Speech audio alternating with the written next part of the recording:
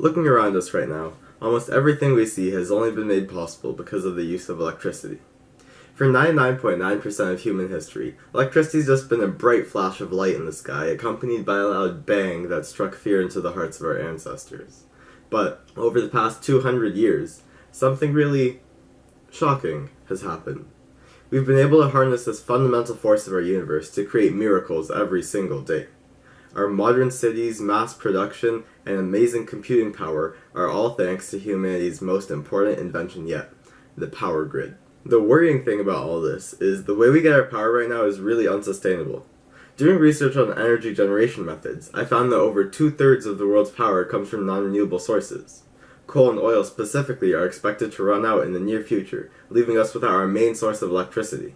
No electricity means no Wi-Fi, and no Wi-Fi means no Twitter, and I don't know if I'm ready to live in a world without Twitter just yet.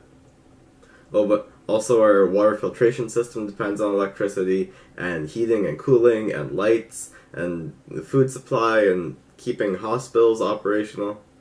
So a lot more than just Twitter would be gone. But realistically, running out of power probably won't be a problem for the next 200-ish years. The bigger problem is the abundance of greenhouse gases being released into the atmosphere by these non-renewable sources. Because of this, the global temperature has increased an entire 0.5 degrees in the past 100 years. And yes, that doesn't seem like much, but the effect it's had on our weather patterns is already noticeable. All of our fancy AC units and iPads and smart fridges won't be able to fix it when we have an increased number of hurricanes, droughts, wildfires, rising sea levels, and other freak weather events. At this point, it seems like Mother Nature is trying to send us back to the Dark Ages. But, low-key, Mother Earth has already provided us with plenty of other alternative power sources in the forms of water, air, and the sun.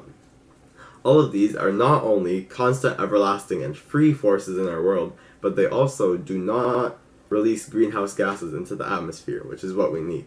1/3 of our carbon dioxide emissions come directly from producing power with non-renewable sources like coal and oil.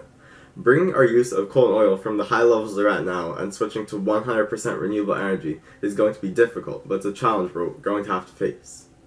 One of the problems is the price of creating the infrastructure to harness these renewable sources of energy is much greater than just sticking with our old-fashioned non-renewable sources. And this is a major deterrent, because it's difficult to convince people to give away their money just to stop a 0.5 degree temperature increase.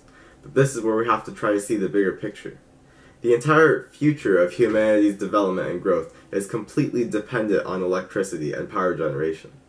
This is becoming more clear each day when we see our bigger cities and everything being transferred to computers.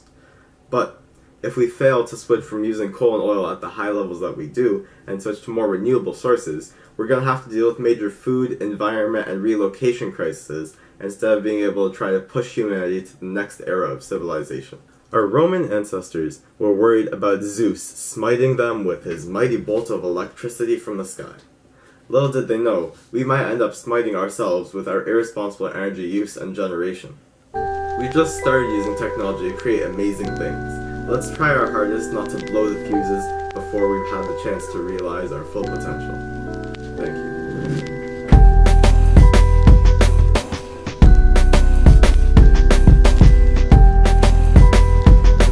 Yeah.